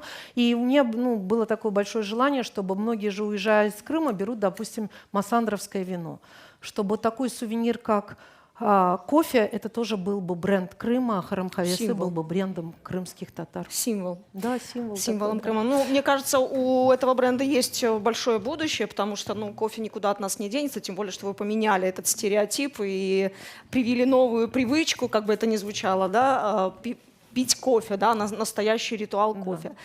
И я просто хотела добавить, что если что-то делать, и мы уже теперь должны как бы... Наверное, многие делают, но мы как бы прошли бы очень долгий путь от непонимания к тому, что нужно понять. Это должен быть бренд, он должен иметь логотип, он должен иметь слоган. И были очень долгие поиски, каким должен быть логотип у Харам-Хавеса. И потом ребрендинг логотипа Хаве. И это все делал Ильдарчик Гусенов, и это часы переговоров с ним. Этот вариант, нет, в этом не этот цвет, этот не тот, этот вариант. И потом, позже уже Рустем Скибин мне, когда увидел логотип Ильдара, он мне сказал: Диляр Ханум, это лучшее из того, что я видел в логотипах за последнее время. И поэтому, если кто-то будет двигаться в бизнесе, делайте свои бренды, делайте свои логотипы. Эльдар Бей сегодня Тем здесь более, с нами, что у машаллах. нас есть люди, которые могут это делать, и которым мы будем и будем давать возможность вот весь свой опыт, весь свой вкус проявлять. Диляр Ханум, есть еще момент, о котором вы, в общем-то, уже несколько раз повторили. Ценность ваших проектов и ценность ваших идей, которые вы воплощаете, заключается в том, что вы подбираете команду. Да? И имя Диляра Якубова — это в первую очередь человек, который собирает интересных людей в интересные проекты, и в итоге получается что-то грандиозное, в итоге получается что-то символичное, и то, что визуализирует и делает нас, ну, что поднимает на волну, что ли, да, и держит нас на этой волне. Как вам это удается? Как удается собрать уникальных людей? Как у вас получается создавать этот механизм, рабочий механизм? Наверное, потому что когда-то мы взяли планку делать дорого. Это сложно. Многие от этого пути уходят, потому что нужно либо какой-то стартовый капитал, либо заработать, построить дом или что-то. А мы шли по принципу дорого. Я помню первые кофейные чашки, которые мы купили в свою кофейню. Это был, как сейчас я помню название этой коллекции, Мабейн, знаменитой турецкой фирмы Порланд. И каждая чашечка кофейная стоила 70 рублей. И я 70 гривен. И я когда думала, что за 70 гривен целый кофейный сервиз можно купить, мне брат говорил: нет, бери нормальное. А потом, потому что это надольше, это в долгую. Это чашка, которая имеет другое надвершие, на котором потом мы уже стали рисовать. Это возможность мыть ее в посудомоечной машине. Это другие краски, которые вложены в то, чтобы сделать этот рисунок, который не будет смываться через 5-е, 20-е, который, падая, не будет разбиваться. И позже весь этот принцип по-настоящему он сопровождал все это время, и вот это настоящее, и по-настоящему оно вылилось в конечном варианте и в людей, которые сопровождали нас, к которым мы обращались. Почему? Потому что, смотрите, вообще наш бизнес, вот эта его часть, которая про Дживаль, она не про деньги. И вообще я считаю, что деньги – это ресурс. Это даже и не ресурс, это инструмент. Деньги – это инструменты. Можешь копать руками, но гораздо лучше копать лопатой, быстрее. Еще лучше копать экскаватором. А деньги – тот ресурс, который позволяет тебе взять эту лопату, купить этот экскаватор и копать. А то, как копаешь и что создаешь – это картина твоего мира. И вообще лопата как лопата ни о чем. И деньги как деньги ни о чем. Понятно, что важны деньги, чтобы жить. Деньги важны, чтобы быть самим собой и не зависеть от них. Но когда какой-то период их накопления проходит, то надо точно понимать, что это ресурс. Да? Ну вот мы, например, свой дом достроили гораздо позже бизнеса. И когда приезжали гости, мне все время неловко было их приглашать к себе домой, потому что в моем понимании человек, который связан с бизнесом, должен жить в доме поприличнее. Он оштукатурен-то был не так давно, когда уже младшему моему сыну достался, потому что все время это было на последнем месте, потому что когда у тебя есть корова, ты ее должен кормить, чтобы доить, да? Ты должен вкладывать и вкладывать вот туда, потому что туда приходят люди. И что касается команды и бизнеса, это ты не можешь быть и швец, и жрец, и на дуде, и грец. Ты обязательно должен в чем-то черпать знания каких-то людей. И поскольку мы делали вот этот проект творческим, то первые люди, к которым мы обратились, и с которыми мы вместе росли, о которых я обязательно хочу вам сказать, это были архитекторы, молодые ребята. Они как раз закончили тогда КАПЭКС, и мы были их первым проектом, и мы были те люди, которые говорили, так надо, так не надо, так нравится, так не нравится. А они принесли с собой пласт знаний, как строится крымско-татарская архитектура, какие цвета в ней приемлемы. Это была большая команда, это Айдерчик Егьяев, Руслан его братишка, Ильдар, Серенат Саранаев. С ними мы начали какие-то делать. Потом, когда надо было конструктив по архитектуре, мы обращались к конструкторам. Альмар, вот он в КИПу, по-моему, сейчас преподает. И это всегда были люди, которые точно говорили, вот так можно, а так нельзя. А следующим этапом, когда надо было этому всему придать внешний какой-то вид, в какой-то момент появились люди, которых у нас очень много. Мы можем этим гордиться. Это наши художники и прикладники.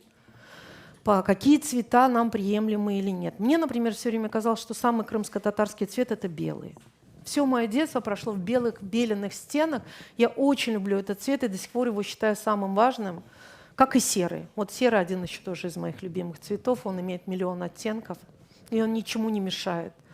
Вот. И вот когда я увидела Крым, и в Крымском ханском дворце очень много ярких красок, мне показалось, нет, это не мой мир, нет, это не наше. А потом, когда я увидела ткани XVIII века полосатые с яркими полосами, и я подумала, ничего я не соображаю вообще, потому что мой Крым не такой, мой дом не такой. И потом пошло желание понять, какой по-настоящему Крым. И в этом мне помогли та наша молодежь, которая на каждом этапе каким-то чудесным образом совпадала со мной. Вот Ильдар, например, я уже не помню какой, 15 лет тому назад, он позвонил мне и сказал, Диляра Ханум, меня зовут Ильдар, я хочу вас пригласить на свою выставку. И с этого началась наша дружба. Ильзарочка Курсаитова, я увидела ее картины здесь, в Алеме, была выставка художников, увидела, посмотрела на эту картину и сказала, хочу, вот хочу такую картину. Я ее разыскала по телефону, и эта картина сейчас висит у моего сына в доме, и так началась наша дружба. Собственно говоря, я инициировала первую ее выставку, я сказала, о вас должен знать мир. И мы сделали ей выставку и презентовали ее как художника, надеюсь, в числе первых.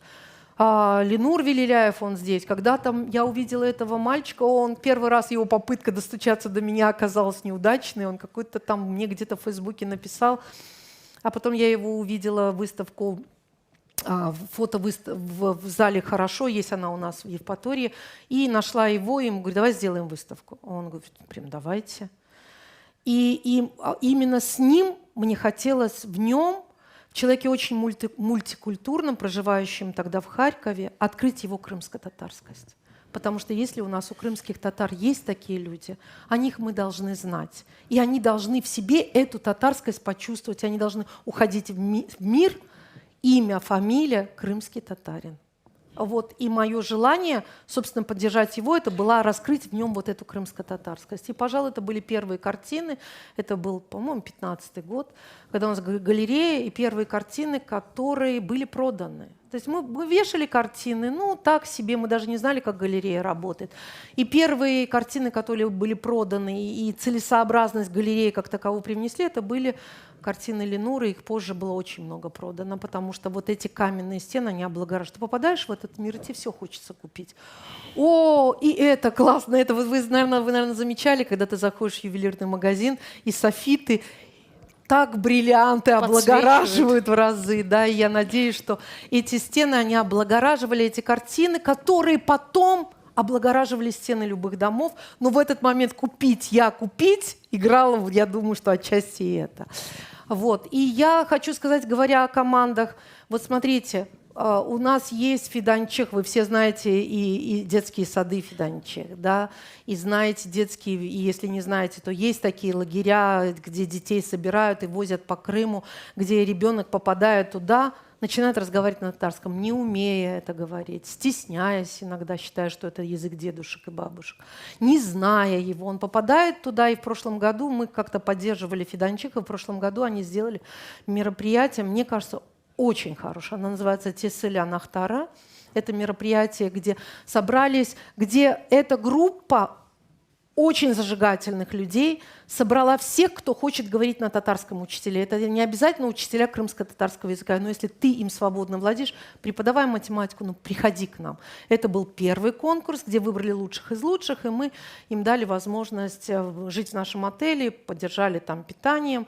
И они собрали людей, вы знаете, я видела людей с очень горящими глазами, как бы не ожидающих, что их труд так важен и нужен. Они были как маленькие дети, где у них не было минуты времени, где один конкурс, другой, третий, какие-то призы. И они уехали вот с этим огоньком учить наших детей, как когда мы сами их не учим. Да, вот я дома разговариваю на татарском редко, отдельными словами. Мои дети уже чуток побольше. И мы бы и хотели, чтобы этот язык сохранился, но многие из нас вот эту нить потеряли. А это те люди, которые могут это сделать за нас. И когда Лилечка, она вот здесь, вот Лиляшка где-то здесь, она по машинам. Вот. И они в этом году тоже делают этот конкурс. Еще раз. И я ей говорю, не ходи уже ты мэтром, а иди по вот этому среднему слою, потому что посмотрите, сколько у нас в малом бизнесе. У нас есть и автозаправочные станции, кто-то владеет, кто-то станции техобслуживания, кто-то оптовой торговли. Ведь у всех этих людей есть маленькие дети, которые ходят в школу.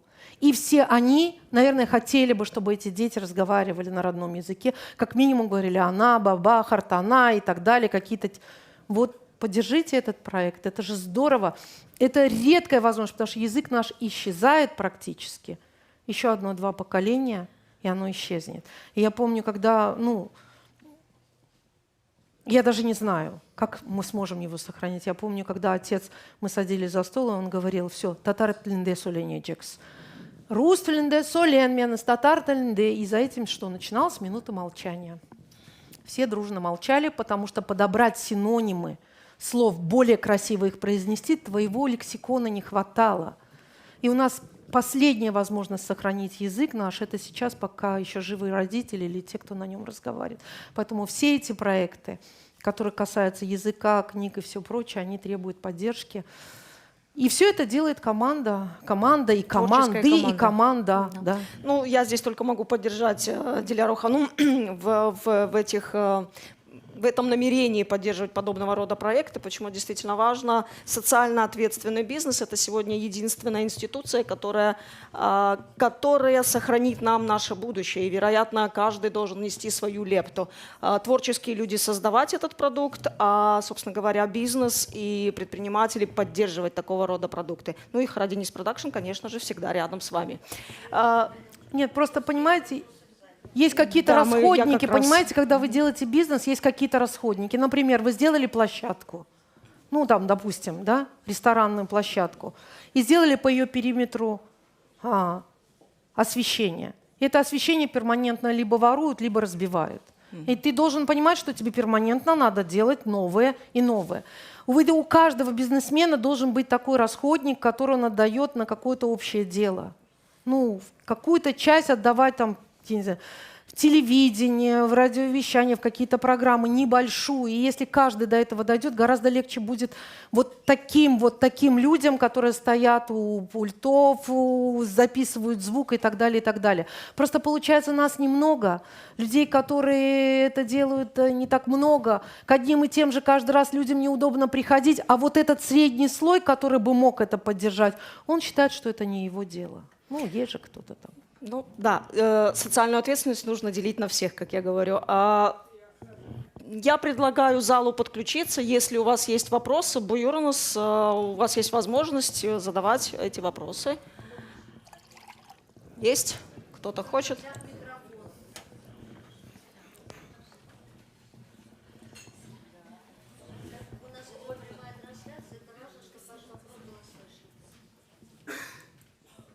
Ассаляму алейкум. Он включен? Да. Ассаляму алейкум, Диляра Ханум. Меня зовут Айдар Адильшаев. Я из проекта Зиарет Карам. Вот наша команда сидит.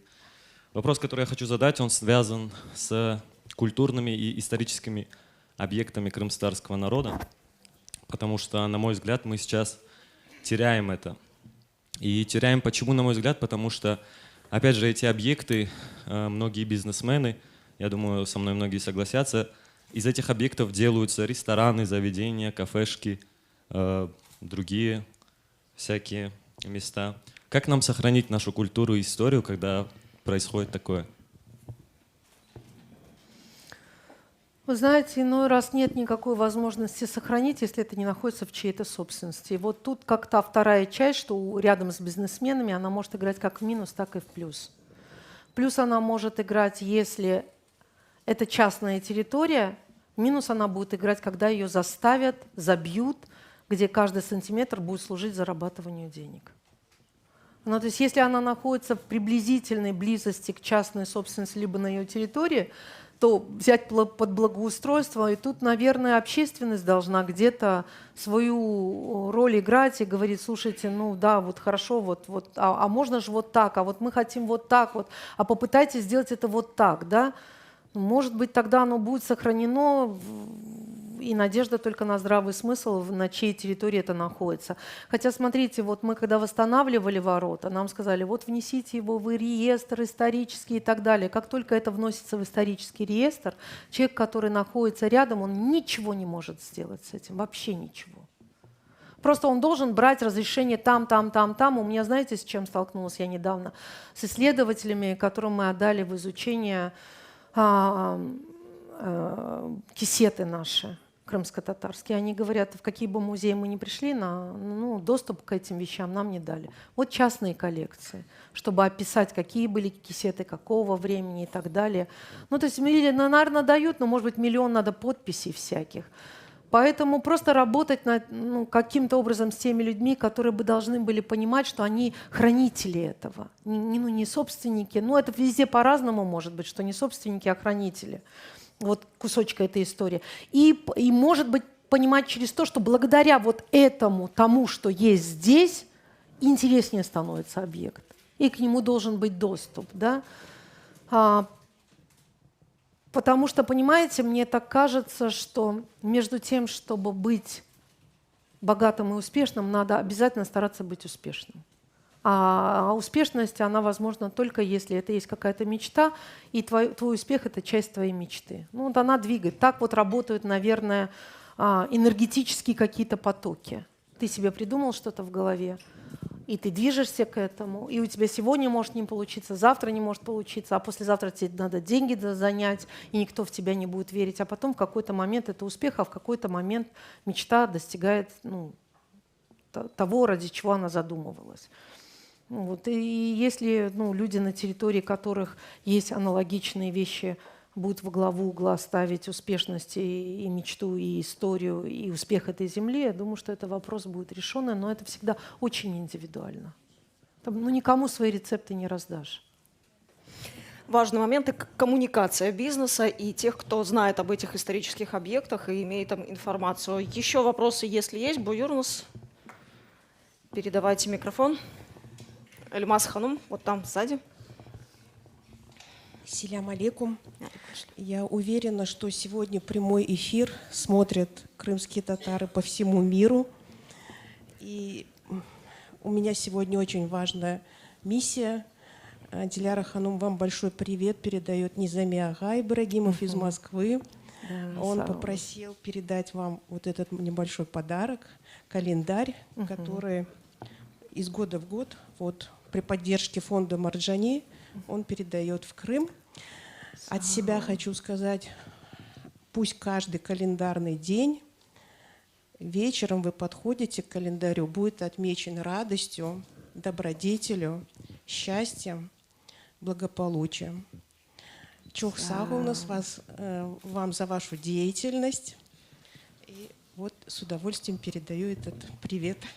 Сагулнас.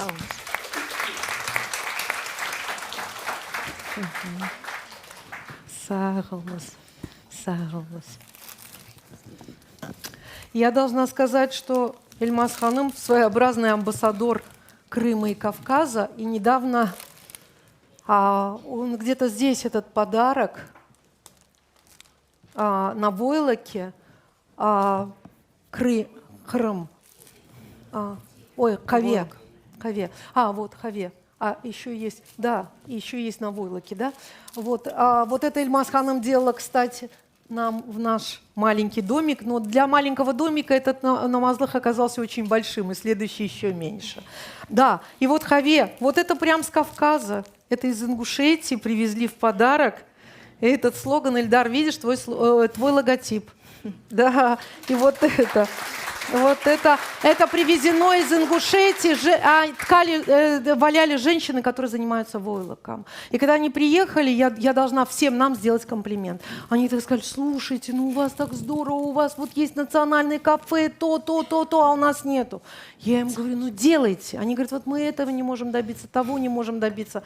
Я им говорю: ну а зачем вы пытаетесь добиться? Начните с чего-то очень маленького, но очень индивидуального. У вас же есть своя еда, у вас есть этот город, который, они говорят, наша столица практически искусственно создана. Ну не искусственно она создана, но очень малочисленная, и ночью, и там все вечером разъезжаются, утром съезжаются как на работу, как маленький кабинет. Я говорю: ну сделайте там какую-то кухню свою. Даже приезжает кто с Ингушетии знакомиться, кормите их своей едой. Надеюсь, что я заразила их этой идеей. Они говорят: да нет, это сложно. Да не сложно, я им говорю, это не сложно. Вот. И они говорят: у вас все равно, вот мы побывали у вас в Крыму, у вас ярче все. У вас и вот эти инициативы каждого, они видны. Ведь посмотрите сегодняшний Бахчисарай, сколько в Бахчисарае уже заведений, да, крымско-татарских. Очень много. И это вот со стороны, во всяком случае, выглядит так. Может быть, это была возможность разных временных рамок не мешать, а когда никто не мешает, оно тихо-тихо растет. Я знаю, я думаю, что сегодня очень много успешных молодых людей. Я вот вижу Сане, здесь ее супруг когда-то был архитектором у нас, и первый, кто принес фотографии татарских домов. И мы разглядывали, нам казалось, это вообще как бы не наше, а потом это стало нашим, и мы стали искать вот эти вот татарские дома в степной части Крыма. То есть если каждый привнесет свою какую-то неповторимость, от этого выиграем все мы вместе, потому что мы очень маленький народ. Нас очень немного, но нас подпитывает эта земля. Ну, мы живем здесь, и у нас возможность быть успешными гораздо больше, чем у кого-либо. Мы продукт этой земли. Наша архитектура, наш язык, наши орнаменты, наше желание здесь жить всегда — это все алгоритмы, которые дают возможность быть успешным. И создавать такой же бизнес и такие же проекты. Да, тем более, что в большинстве своем, я не знаю, как все, но мы абсолютно открыты. Мы попытались как-то сделать круглый стол, и я своей команде говорю: да найдите вот этих молодых ребят, не тех, кто уже состоялся, а молодых, чтобы мы им сказали: вот это мы сделали вот так, а вот это мы сделали вот так, а вот это у нас вот так, а вот это у нас вот так. И мы начали искать этих людей. Ну, нашли не густо, да, Ленара, по-моему? Это было года, наверное, 4-5 назад, да? Мы сделали круглый стол и говорим: вот они мы, спрашивайте, а мы вам рассказываем, что и как мы делаем. И тогда мы поняли, что каждый картину своего мира рисует сам, но есть у кого узнавать. Это не потому, что кто-то сделал лучше, а потому что какую-то часть пути человек пройдя, он может своим опытом сказать, куда не надо наступать. Хотя есть такая тоже теза очень известная. Хочешь не начинать ничего делать, позови 3 человек, которые что-то сделали. И они тебе скажут: здесь ты упадешь, здесь ты споткнешься, и ты точно ничего не будешь делать. Иногда прям мужество заменяет. И вот как с книгой нашей. Мы когда вот эту книгу создавали, вообще я не думала, что мы что-то можем сделать. И я потом долго шутя говорила, что мое невежество заменило мужество от того, что я за это взялась. Да, потому что я не думала, что это сложно. Думала: раз, два, три, и тут собралась команда, и это не получается, то нельзя, тут то листы не те, то с палет книга упала, то перенести ее откуда-то куда-то, и это тоже было долгих 2 года. И где надо сначала написать сюжет каждой фотографии, а потом уже снимать этот сюжет. Это все было с точностью наоборот. И если бы когда-то я думала о том, как это сделать, то мы, наверное, бы не сделали ее. И слава богу, что вам хватило мужества взяться за этот проект. Если есть вопросы, пожалуйста, задавайте. Селям алейкум, құрметті мусафирлер. Диляр ханым, мен сіздің артыңыздан. Фиданчық вес мартла падындан сізге миндаралахны білдірмеге істейм. Вы один из немногих тех людей, которые поверили в нас, которые вы и ваша команда настолько слаженно, как один большой механизм, работая в процессе, мы видели, как это все создается. И ваши советы бесценны. Чох сагыл нас, иншаллах, да, ардыгурылсын, бераберликтер чох, проектлерде, иштирак этерміз, чох сагыл нас. Лиличка, пока у тебя микрофон в руках, расскажи о том, что вот сейчас вы в интернете делаете новый этап в этом проекте. Тасиля Нахтары — это конкурс для педагогов, чтобы сплотить со всего Крыма. В первом туре у нас в финал прошли 30 учителей. И благодаря Дживалю и их команде те 30 учителей с разных районов Крыма приехали в Кизлев и 3 дня проживали в Дживале вместе вот в этой сказочной атмосфере в старинном городе. Мы проводили конкурсы, проводили экскурсии, показывали новые педагогические и мастер-классы, и методы, форматы. В этом году мы хотим, сметать, иншаллах, в феврале, 21 февраля будет первый тур. Сейчас мы готовимся, Уджаларнин, вот Смартлап, Эльвира Уджа и Эдем Уджаларнин. Также будем приглашать педагогов для Тасиля Нахтары 2024. Мы ищем спонсоров, к сожалению, такие как Диляра Ханум, может быть, и к счастью, что такие есть, но даже те, кто знали об этом проекте, мы обращались, но не смогли помочь. Сейчас второй год мы запускаем, и если есть возможность, как Диляра Ханум посоветовала, маленьких бизнесменов, предпринимателей, нежели больших акул, в прошлом году нам, вот честно, и по 1000, и по 2, и по 5000, и по 10 тысяч наши бизнесмены перечисляли все отчеты, все благодарности и Рисуля Ага, и Диляра Ханум. Холтутылар, Чохсагул. У нас в этом году мы готовы к сотрудничеству, к новым начинаниям. И этот проект будет запускаться 21 февраля, и мы его приурочим к Анатолию Кунуне. Анатолию Кунунде, сметете, бренджи тур башланачах. Сагулнас. Ардыгур Олсун, я думаю, что у нас таких проектов должно быть много, образовательных. Это наше будущее, это наша перспектива. Я вижу, Эльдарбей взял в руки микрофон, и у него есть, судя по всему, подарок. Ассаляму алейкум. Диляра Ханум, вы уже знакомы с этой работой? Да. Когда вы приезжали ко мне на мастер-класс, вы обратили на нее внимание. Да. Вот нельзя обращать Я внимание, это заметил. потом получишь подарок. Я ее никому не продавал, не дарил, не отдавал, но вам я с большим удовольствием и благодарностью хочу вручить эту работу. Это наш традиционный крымско-татарский орнамент. Вот он символизирует защиту и отношение к нашему будущему потомству. Вот в центре здесь изображен дом, это защитный знак. Внутри дома изображен ромб, это кобек, в переводе с крымско-татарского обозначает пуп, живот, в котором находится будущее поколение. И по бокам мы видим символы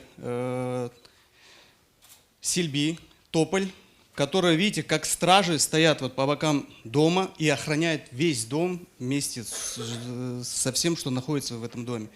И самым мощным знаком здесь является это кале. Эта работа так и называется кале. Вот. И она также является защитным символом. Вот такое вот пожелание, чтобы всегда все находились вот в такой защите в мощной. И мы можем, в принципе, представить просто гипотетически, что это является нашим будущим поколением нашего народа, нашей традиции. И вот в таком охраняемом виде должен находиться наш народ, наш язык, культура и традиции. С большим удовольствием дарю вам. Чок сагул. Диляра Ханум, я еще хотел... Алиме предложила Теперь такой боюсь, вариант. что опять разобьется. Заберите, пожалуйста. Это уже не разобьется. Ну ладно. Алиме предложила такой вариант, говорит, давай такой же орнамент изобразим на чайнике. Я говорю, я выкручу, а ты его нарисуешь. И вот такой вот чайник с таким же изображением мы дарим вам на память. Сагул, Эльдарчик. Я должна сказать еще одну вещь. Смотрите, я ее услышала от Сафуре Ханум Кинджаметовой и очень была удивлена. Она говорит, что в определенный период в степной части Крыма беременная женщина обязательно должна была вышить на платье вот этот ромб, и тогда никто случайно не заденет. Это женщина, носящая дитя. Живот же прятали, не как вот сейчас вот, молодая девушка, которая идет и должна родить, иногда ей кажется, что весь мир об этом должен знать. Считалось, что это надо скрыть, этого надо стесняться, надо сберечь этого ребенка. И когда женщина это делала, то что она же, платья были такие широкие, обязательно, зачастую это был ромб, центром внутри, чтобы случайно не толкнули и так далее. Такая деликатная подсказка. И оберег в том числе. Я была удивлена, если это так, то видишь такие обереги, видите, а это оберег для меня дома. еще большой честью является то, что я принимаю участие во многих ваших проектах. Вот проект, например, компании Крым Кавесы. Хаве — это логотип, сегодняшний логотип, современный логотип Джаваля, ресторана и гостиницы. Я ко всему к этому приложил руку, и для меня большая честь быть причастным к этому. Вон, видишь, вон она, эта картина.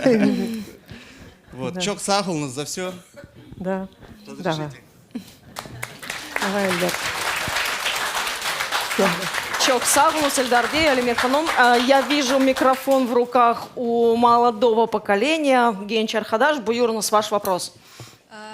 Да, селям алейкум, Диляр Ханум. Для начала хочу от имени нашей общественной инициативы, скажем так, Генчар Кадаш, высказать огромнейшую благодарность за то, какой пример вы нам подаете, молодому поколению.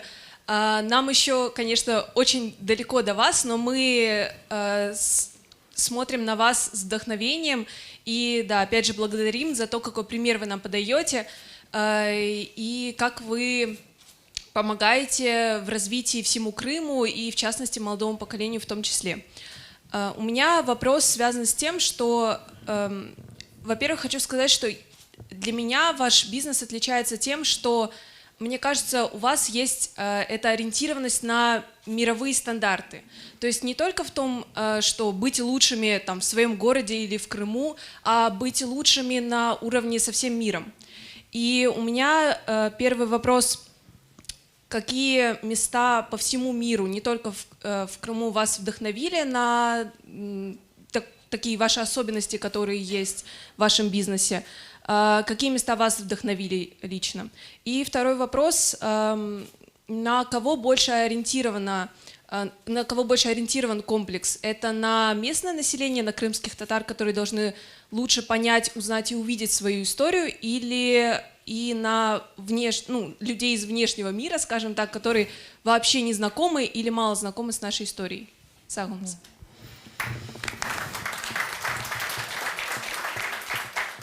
Вы знаете, проживаешь какую-то жизнь, и нужен какой-то отдых.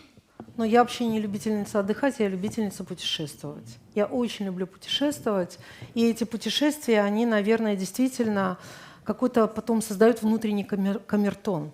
Ты понимаешь, здесь это так или не так, да? И это, как правило, путешествия. Это и Турция, там, я не знаю, Италия, Сицилия, Германия, много, да, попутешествовала я. И оно все равно накладывается, ты едешь и видишь, как это делается в мире. И когда ты видишь, как это делается в мире, ты понимаешь, как ты должен это делать. Не выдумывать свой велосипед, а делать, ориентируясь, вот куда идут люди, что им интересно. И ты везде понимаешь, что людям интересно увидеть, какие мы все разные. Люди не приезжают сюда. Вы знаете, была такая тенденция 20 лет тому назад. Я сейчас вот эти буквы забуду, по-моему, в общем, забуду, не буду поэтому говорить. Какие-то 3 буквы, и они означали солнце, море и вода. И отдых, он на этих 3 буквах держался. Сейчас это локация, локация, еще раз локация. Люди приезжают, и они должны увидеть что-то, какую-то локацию, которая отличительная. Мы продукт этой земли, и если ты ходишь по улочкам Италии, и если ты приезжаешь в Италию, ты хочешь поесть пиццу. И если ты в Испании, тебе хочется посмотреть, что такое паэлья. Если ты в Турции, а в Турции в большинстве своем, наверное, многие ездили, ты тоже хочешь увидеть особенности. И люди, приезжающие сюда, они то же самое видят. И поэтому, если мы будем идти вот в этой канве, вы понимаете, есть такое, вы, наверное, все делают по-разному. Можно бизнес строить по-разному, можно делать современные, абсолютно современные, минималистичные вещи. Но я сейчас говорю о туризме. А если ты делаешь туризм с лицом, то ты можешь быть более интересной кому-то, потому что такое условное понятие евроремонт из нашего прошлого, где нам говорят, у этого человека евроремонт. Он ни о чем, этот евроремонт. Твой дом тогда безликий с этим евроремонтом. И тебе нужно сделать свой дом таким особенным, каким ты его помнишь, и в нем должны быть такие вот мелочи, которые греют твою душу и твою историю какую-то, да, сохраняют. Поэтому я думаю, что у нас сейчас есть великолепная возможность. У нас есть такие города, как Судак, где можно развивать туризм именно с национальным лицом. Бахчисарай, Кезлев, вот эта старая часть города, где мы и пытаемся это делать. И это очень-очень важно и интересно, но тут очень важно в этой клиентонаправленности не терять самих себя. Ну, то есть не так уж тщательно уговаривать людей прийти к тебе, когда эти уговоры находятся на грани потери собственного достоинства. Когда вот прям, ну идемте, это плохо. У нашего народа этого не было никогда. Никогда этого не было. И вспомните Маркова, который, описывая крымских татар, писал о том, что эти люди с очень высоким достоинством, где работник, который пас овец, смог подойти к хозяину, выпить с ним чашку кофе, гордо держа голову, на равных. Мы не должны быть неравными с теми гостями, которые к нам приезжают, опускаться до того, чтобы угодить уж совсем. Ну да, может быть, вы эти 5-10 копеек лишних не заработаете. У нас есть города, если не сказать город, где ты подъезжаешь на машине и не хочешь останавливаться, потому что тебя усиленно зазывают. И вот просто не хочется, чтобы ломали твое внутреннее желание пойти куда-то, и ты проезжаешь дальше. Я не хочу не обидеть никого, но очень прошу, пожалуйста, берегите в себе нам Аллахом данное чувство собственного достоинства и вкуса, пытаясь быть гостеприимными, открытыми, добрыми, предупредительными, но не опускаясь. Бывает иногда, знаете, между официантом и лакеем большая разница. Да. Вот эту разницу надо держать. Надо быть с гордо поднятой головой, отвечать на вопросы, улыбаться, понимать, какому человеку надо объяснить, а какой человек сам разберется. Да? И вот почему я об этом говорю? Потому что это наболевшее, и потому что именно мы будем неповторимость Крыма двигать вперед, и нам надо какие-то стандарты иметь в этом. Вот. Ну, это первое. И второй вопрос. Ну, вы практически на него ответили. Был про места и про... Да. Ну, для кого? Смотрите, мы сейчас живем на стыке поколений. Нашим дедушкам, бабушкам надо было выжить, когда их выслали. Нашим родителям надо было вжиться в эту землю, и они ломали тогда стереотипы. Когда их родители приехали и все еще думали, что они скоро-скоро вернутся, наши родители стали строить дома. Вот как навсегда они стали строить дома. И через некоторое время дома крымских татар выделялись. К 80-му году мы все стали жить много лучше, играть большие свадьбы. И пришло следующее время, когда с такой же легкостью, когда строили вот эти дома на века, их оставили. И зачастую за бесценок вернулись в Крым. Наше поколение, мое поколение. Это было желание просто здесь быть равными на равных. Ну, смотрите, мы сейчас пришли к следующему поколению, у которых вообще опять все ломается. И им опять надо быть другими, потому что офлайн переходит в онлайн. И потому что человек, который вчера просто играл игры, и родители без конца говорили, ну что ты там зависаешь на этих играх, сегодня оказался более востребован в этом мире, где есть возможность быть там, системным администратором, там, я ничего не знаю, соображать гораздо больше в этом интернет-пространстве, в его механизмах. И у них другое время, где будут другие вызовы, и где иногда надо опираться на то, что делали старшее поколение, а иногда надо идти совсем в другом направлении. И может быть, это делает нас такими уникальными. Мы постоянно менялись. Шелковый путь нас постоянно менял, другие культуры. Нас меняла растусовка, как карты нас тусовали. И сейчас опять снова нужно попытаться быть другим, и это здорово. И я вот буквально на днях думаю, надо зайти в ЧПТ GPT, чат. Разочаруйтесь, Ну, не заходите думаю, туда. надо понять, что же это такое, если что этот интеллект дает искусственный.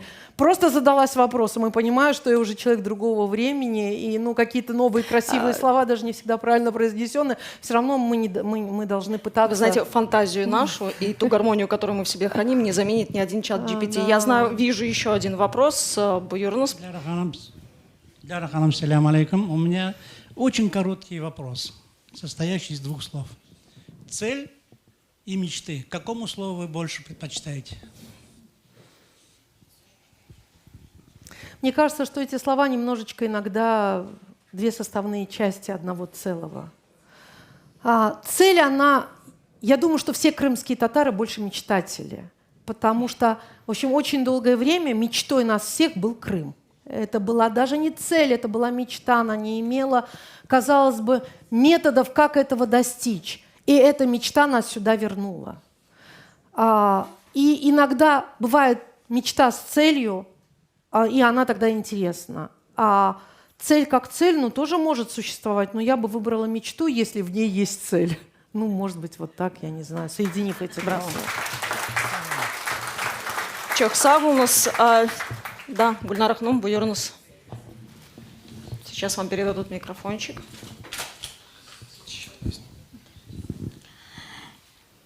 Диляра Ханым, очень интересно было сидеть, слушать вас. Я просто горжусь вами. Вы с Кизлевы, вы яркий представитель этого города. У меня такой вот вопрос, знаете, может, это не вопрос. Я бы хотела, чтобы вот имя моего отца, моей бабушки осталось в истории. Как вы думаете, стоит ли создать те списки жителей Кизлева, которые было до депортации?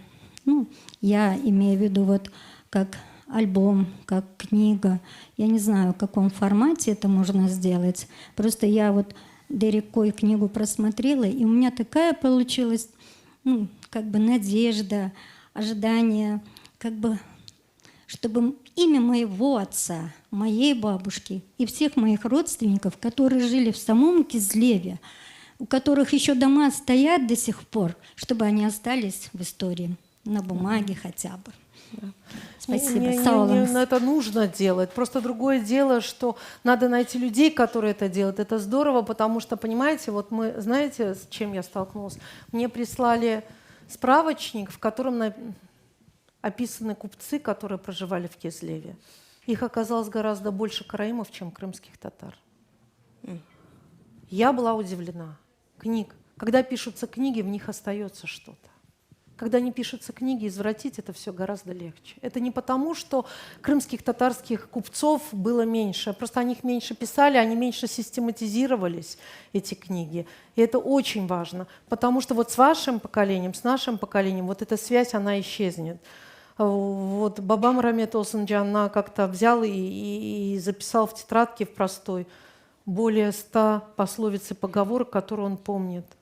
И потом, когда он ушел, мы где-то искали эти записи, вздрогнули, подумав, что потеряли, потом нашли. И, может быть, там нет ничего уникального, но там Человек, который закончил 2 класса и потом получил образование, он посчитал, что он должен это оставить. И с ошибками он все пословицы и поговорки, их под 1, 2, 3 описывая, записал.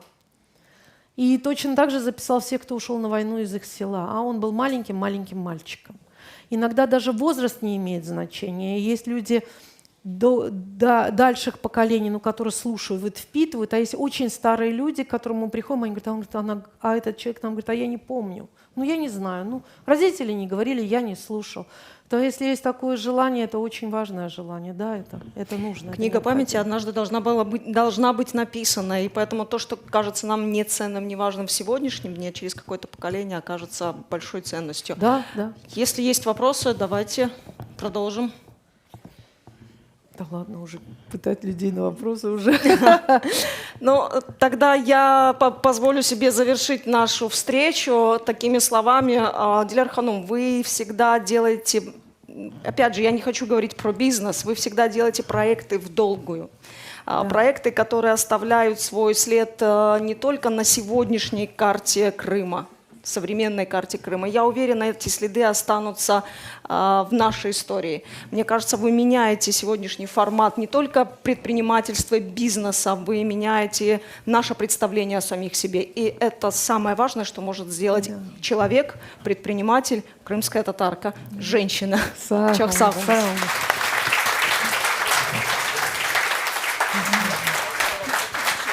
Да, да.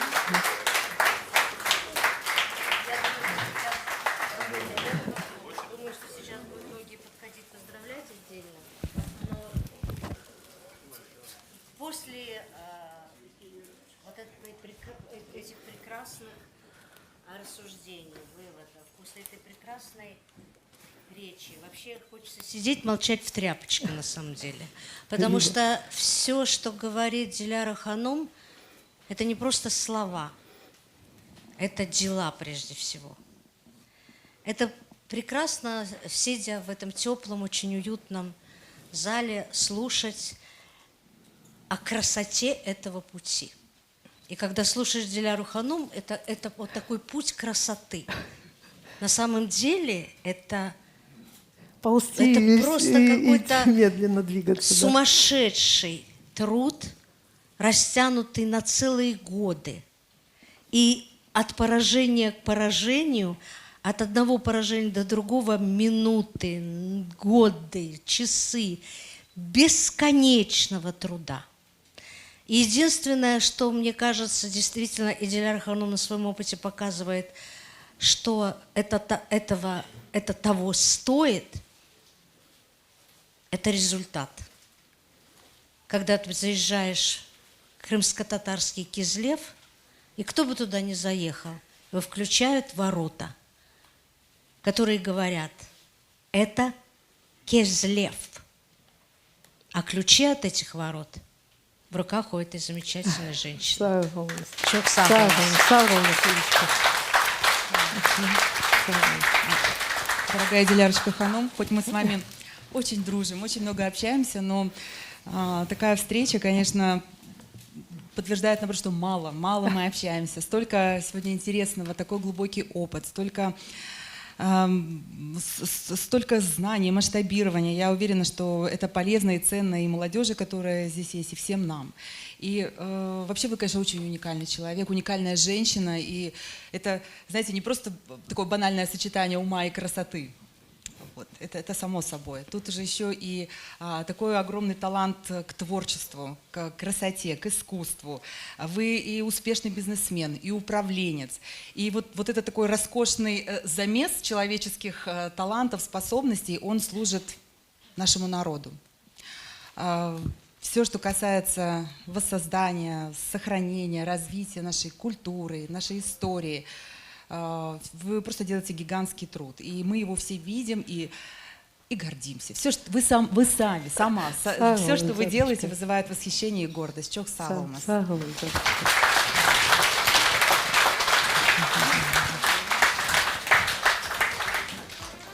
Я хотела бы высказаться от всего нашего дружного коллектива этнокомплекса «Дживаль» и сказать огромное спасибо Диляре Меджитовне и всем, кто дает нам возможность Аллаха шкур бокунумузге работать, творить и показывать людям, и гордо говорить, что мы крымские татары, показывать нашу культуру, наши обычаи, наши традиции, кормить вкусной едой в нашем ресторане.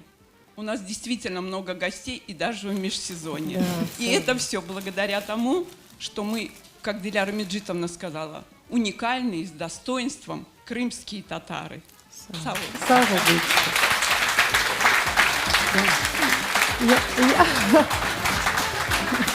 Я просто предваряя, что скажет Эмиль, я хочу сказать, что самое ценное, что на самом деле есть у каждого человека, и я в этом вообще не уникальна, это моя семья. Вот если бы они не давали мне возможность, если бы они, хотели постоянно горячих завтраков и не давали мне возможность что-то делать, я бы, наверное, точно, и если бы я спокойно не оставляла их на моих девочек, своих мальчиков, я бы ничего не добилась. Поэтому это моя шкатулочка. Сау у нас. Все знают вас как творческую личность, как бизнес-леди. Я хочу сказать вам спасибо за то, что вы замечательная мать. И вот, все вот эти материнские качества, которые, мне кажется, что мать — это не просто хранитель и оберег всего дома и семьи. Это все-таки тот человек, который передает тебе любовь к этой родине, это уже слова, да, ваши такие, к своим корням. И несмотря на то, что вы успешная бизнес-леди, я ни разу за свою жизнь не почувствовал где-то недостаток в себе. Поэтому за это толкала и пинала классно, да? За такое сочетание большое спасибо, Саулас.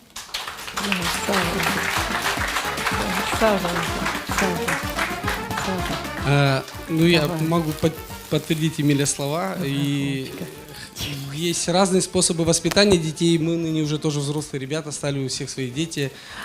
Есть метод воспитания, когда ты своего ребенка хвалишь и говоришь, что он во всем лучше, а есть метод, когда ты его критикуешь и заставляешь работать над собой и достигать чего-то большего. В нашем варианте Анашка больше критикует. Да. В нашем варианте без вариантов. Вам за то, что вы выбрали такой метод воспитания, потому что благодаря ему мы такими и стали. Мы вас очень любим. Мне Гирея часто говорит: мам, почему надо выпрыгнуть из штанов, чтобы сказала мама доброе слово? А я сказала, что... Я не оригинальна. Это метод крымско-татарского воспитания мне передали родители, может, только в нашей семье, а мне кажется, везде. Лучше пусть кто-то другой похвалит, то лучше там вот так сделай, лучше сделай, лучше сделай, лучше сделай. И в этом теряется что-то очень важное, когда, если взять евреев, они обычно хвалят. У меня была подруга, где герои всех сказок ее были названы именем ее сына. А у нас с точностью наоборот, видимо, так сложилось. Может быть, да.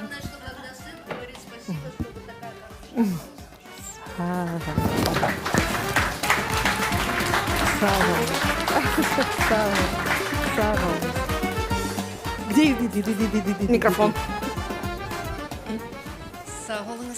Вы знаете, невероятное впечатление, ощущение от встречи с тобой, Диляр Ханумджаном. Вы знаете, Крым называют полуостровом сокровищ. Огромнейший пласт культурного наследия, прекрасная природа. Но, мне кажется, самыми главными сокровищами в этой сокровищнице — это наши люди. И такие люди, как вы, Диляр Ханум. Поэтому чок-чок сагулыңыз, желаю от души вот этого творческого, вот этого просто неискончаемого потока любви к своей земле, к своей родине, ко всему тому, что окружает нас, чтобы оно было неисчерпаемым. Долгие-долгие годы. И очень долгие годы хочу, чтобы мы оставались рядом и вместе. Да. Прошу все оставаться здесь, на своей родной земле, на нашем полуострове сокровищ. Да. Это единственное место нашей силы. Я еще хотела сказать, что еще есть один осенний поцелуй. Кемал, встань. Вот единственный ребенок, которому я говорила, что я его люблю, это переучивалась быть доброй мамой. Переучивалась быть доброй мамой, и я думаю, что получилось. Как братья мои красиво, конечно, сказали, но у меня есть такая фраза, Анашка говорит, я же младший, и она мне подарила столько любви, несмотря на то, что из всех своих братьев я меньше всех, я знаю, по годам, но она это с лихвой восполнила, я просто хотел сказать, я вас очень люблю. Я просто ему говорила все время: Кемал, ты же я же с тобой рядом буду на 10 лет меньше, чем с твоими братьями. Надо восполнить. Диляр ханым, мына бұл güzel сөздерін, тешекүр сөздерге мен да бір сөзі қошмақ істеймін. Бір инсан бір дервишке келді ве сұрады, бақытты olmak үшін кім olmak керек? О да böyle cevap берді. Alçak gönüllü ol. Saygı kazanırsın. Bereket, şimdi, işkir ol, bereket taparsın. Mirahlık ol, öğrenirsin. Af edici ol, yengirleşirsin. кендін ол бақытлы олырсын. Мен білесем, сіз, Диляр ханым, ең бақытлы инсансыз, чүнки бүтін бұл насихатларға көре сіз яшайсыз. Sağ olun. Sağ olun.